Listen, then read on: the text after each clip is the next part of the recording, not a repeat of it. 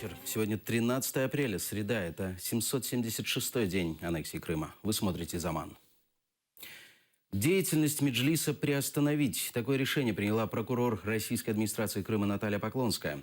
Соответствующий документ на своей фейсбук-странице опубликовал адвокат Джемиль Темишев. В нем сказано: приостановить деятельность общественного объединения Меджлис крымско-татарского народа до рассмотрения Верховным судом Республики Крым заявления о запрете деятельности указанного объединения, а также включение Меджлиса в перечень организаций, деятельность которых приостановлена в связи с осуществлением ими экстремистской деятельности. Меджлис крымско-татарского народа отказывается работать с вице-премьером по оккупированным территориям, чья программа с ним не согласована. Народный депутат от Народного фронта Георгий Лагвинский рассказал: Меджлис с удивлением узнал о кандидатуре вице-премьера без обсуждения с представительным органом коренного народа Крыма. Вчера фракция БПП провела заседание в стенах парламента с участием президента Петра Порошенко. По словам председателя фракции Юрия Луценко, в новом правительстве может появиться вице-премьер по АТО и оккупированным территориям. На эту должность претендует Владимир Кистион. На сегодняшний день Меджлис крымско-татарского народа не видел ни программы, ни задачи, которые должен делать этот кандидат. Потому что вице-премьер, он несет ответственность за 200-тысячный народ, который сегодня лишен возможности государственной защиты, защищая себя сам под страхом 14 лет лишения свободы. И говорит о том, что он украинский народ, о том, что Крым — это Украина. И вместе с этим, с Меджлисом, как органом самоопределения коренного народа Крыма, никто не собирался или не согласовывал до данного момента этого кандидата, и нам непонятно, какая у него будет программа. Будет он поддерживать блокаду, будет ли он торговать с Россией, или будет ограничивать. И мы так тоже не можем голосовать. И очень это странно, что те люди, а это опять же предложение блока Петра Порошенко, не нашли возможность согласовать такие необходимые обществу вещи. Поэтому... Координатор гражданской блокады Крыма и вице-президент Всемирного конгресса крымских татар Ленур Ислямов уверен, что в украинском правительстве необходима должность вице-премьера по вопросам оккупированных территорий, но с живой структурой и бюджетом, что был раньше. Ислямов считает, что вице-премьер вместе со штабом должен находиться в Геническе, а правительство ежеквартально проводить выездные заседания на админгранице с аннексированным Крымом. Коалиция фракций БПП и Народного фронта в украинском парламенте разрешила Владимиру Гройсману возглавить кабинет министров. Об этом сообщил пресс-секретарь председателя Верховной Рады. Но сегодня заявление о выходе из БПП написал депутат Аркадий Карнацкий, а значит, в коалиции осталось 225 депутатов. Минимальное количество депутатов, необходимых для создания коалиции, 226.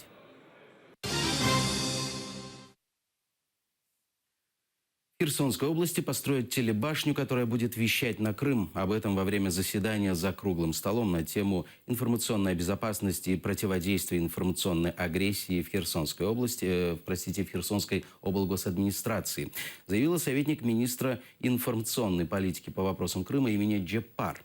В Геническом районе построят башню высотой 150 метров, с которой будет осуществляться вещание на новых частотах. Кроме того, в ПГТ Чаплынка установят передатчик мощностью 5 киловатт вместо 100-ваттного. Благодаря новому передатчику будет обеспечиваться покрытие украинским телевещанием территории, прилегающей к Автономной Республике Крым. Ініціатива приватної особи, яка готова швидко побудувати вежу у 150 метрів. І сьогодні ми чекаємо від Херсонської ОДА вже конкретної розмови з приводу земельної ділянки. Якась там сьогодні проводиться аудит, шукається земля, яка може бути виділена. Кілька радіочастот, вони вже прораховані, кілька ще прораховуються. І як тільки ця координація по Чорноморському басейну 4 радіочастот відбудеться, буде оголошено конкурс. Путин, спаси! Частные предприниматели из Севастополя записали видеообращение к президенту России Владимиру Путину. Жалуются на губернатора российской администрации города Сергея Миняйла. Заявляют, что малый и средний бизнес находятся в упадке из-за действий губернатора. Предприниматели планируют в пятницу провести митинг-протест против Миняйла. На манифестацию пригласили российского президента Владимира Путина. Уважаемый президент, мы отчаявшиеся предприниматели. Наше правительство Севастополя ничего лучшего не придумало, как половину наших рабочих мест просто вычеркнуть. Без нас женили. Вот так это получается. Оставшиеся места они просто-напросто решили выставить на аукцион. Пожалуйста, помогите нам в наших вопросах. Не дайте нам с голоду умереть. Уважаемый Владимир Владимирович, я мать-одиночка. У меня забирают последнюю копейку.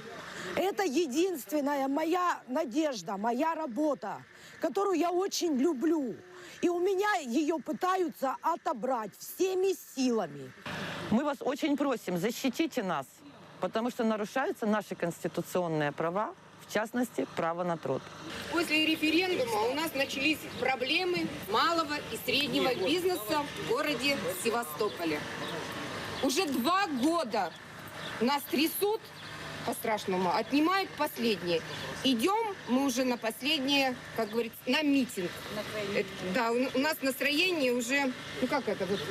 По крайней мере. Упадческое. Нет, не упадческое. Истерическое. Отнимают самое последнее. Это рабочие наши места.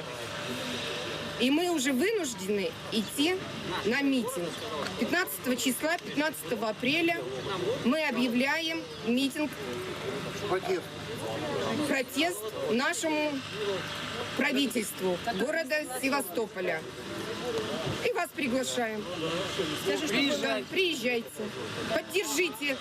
Как на каждом выступлении вы поддерживаете малый и средний бизнес.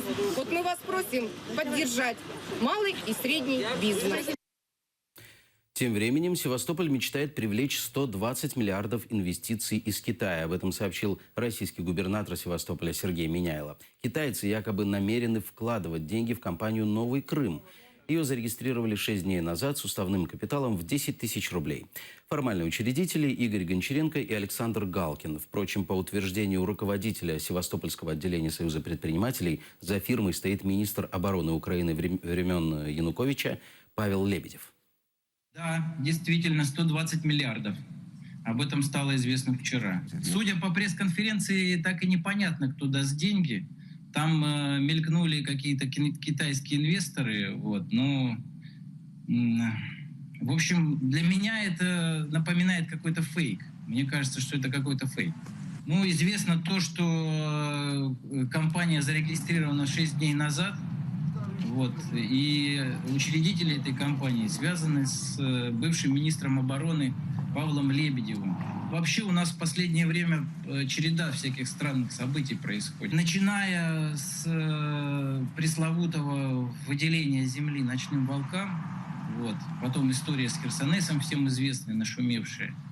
Вот. Ну и вот последняя громкая история была с Ротенбергами, которые вроде бы как и не в курсе даже, что им собираются выделить землю в Байдарской долине. Вообще-то природным заказником.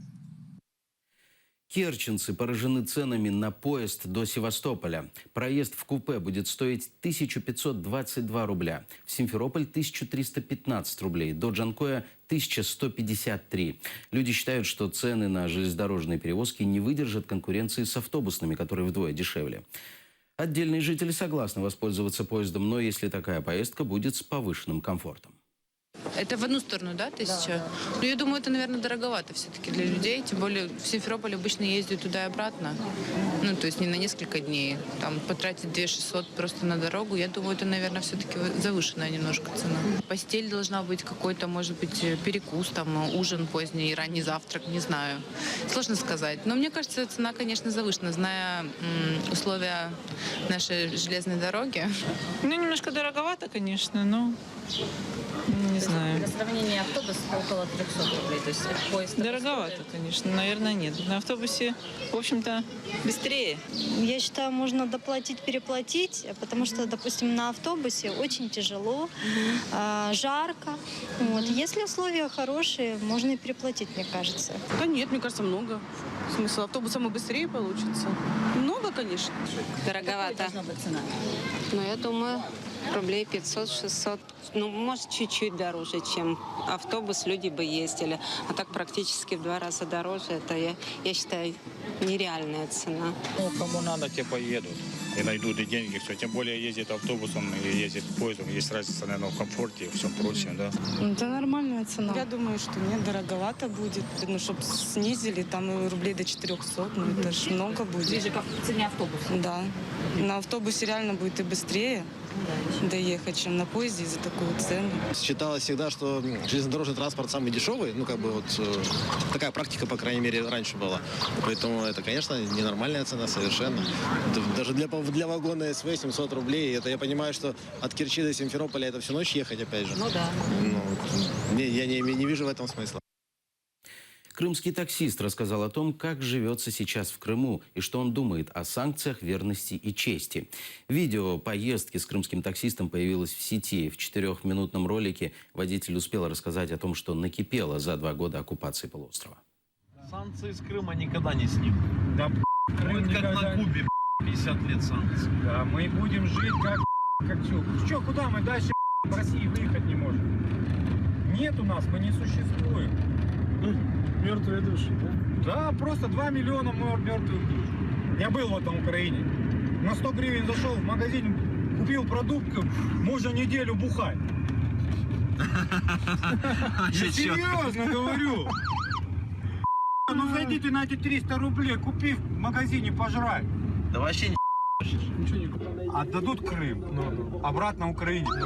Куда они все денутся? А ты знаешь, как можно присягу давать другому государству, если ты уже дал присягу? Все, да. Это клятва, ты даешь клятву защищать государство. Это считай, что ты поменял мать. Печерский суд Киева арестовал Сергея Аксенова. Его обвиняют в злоупотреблении служебным положением и создании незаконного органа Совет министров Республики Крым, который передал в собственность Российской Федерации имущество, принадлежащее государственному предприятию Украины Международный детский центр «Артек». Оболонский районный суд Киева наложил арест на имущество детского лагеря «Артек», включая жилой фонд, бассейны, системы коммуникаций и электросетей, базу-отель в Симферополе и пансионат «Глициния» в Орианде. В Киеве нужна школа для одаренных крымско-татарских детей. Создатель благотворительного фонда «Меценат» Лилия Жебет призывает мэра украинской столицы выделить земельный участок для строительства учебного заведения, в котором могли бы жить и учиться ребята-крымчане с 9 по 11 класс. С одной стороны, считает Лилия, крымские дети должны иметь выбор, какое получить образование, а с другой, эта школа могла бы формировать будущую элиту украинской нации. Кримсько-татарські діти з Криму, вони повинні мати вибір. Вибір та можливість. Вибір, де навчатись. Можливість самореалізуватись. Тому школа для кримсько-татарських обдарованих дітей у місті Київ, вона повинна бути. Її повинна будувати, вона повинна функціонувати. Тому я звертаюсь до пана мера міста Києва Віталію Володимировичу. Звертаюсь і прошу, щоб ви дуже уважно розглянули це питання. Це дуже важливо. В Киеве в Днепровском райсуде состоялось очередное заседание по делу Василия Ганыша. Его обвиняют в государственной измене. На этот раз в суд пришла группа силовиков, которая задерживала подозреваемого. В зал суда заходят сотрудники СБУ и пограничной службы Херсонской области. Именно они задержали Василия Ганыша год назад на границе между материком и оккупированным полуостровом. Під час перетинання адміністративної межі чи державного кордону всі особи реєструються в базі даних ГАРТ-1П. Це наша внутрішня база.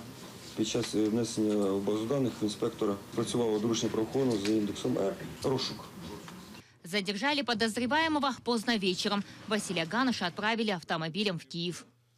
Мені відомо, жодних скарг на самопочуття, на дії органів досудового слідства, на дії оперативних підрозділів.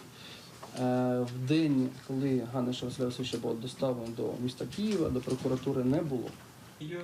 Адвокат обвиняемого настаивает. Ганыш остался верен Украине. Показывает видео.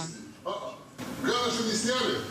Так, давайте еще раз переголосуем. Когда нам интересно, мы можем делать все, что угодно. То, что происходит на видео, Ганыш объясняет своей проукраинской позицией. Тобто цей ролик ще раз підтверджує, що в мене була чітко виражена проукраїнська позиція. яка була визначена на всіх моїх виступах, де би я не виступав. Можна це відео ідентифікувати, що події саме були 12 березня.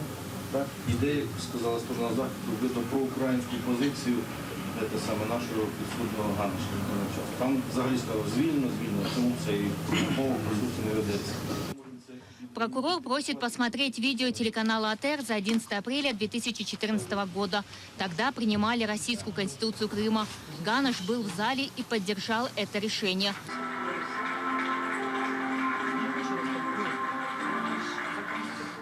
Следующее заседание суда назначено на 12 мая. На нем будут допрашивать самого подозреваемого Василия Ганаша. Эльвина Сидбулаева, Эльдар Исматов, Заман, АТР.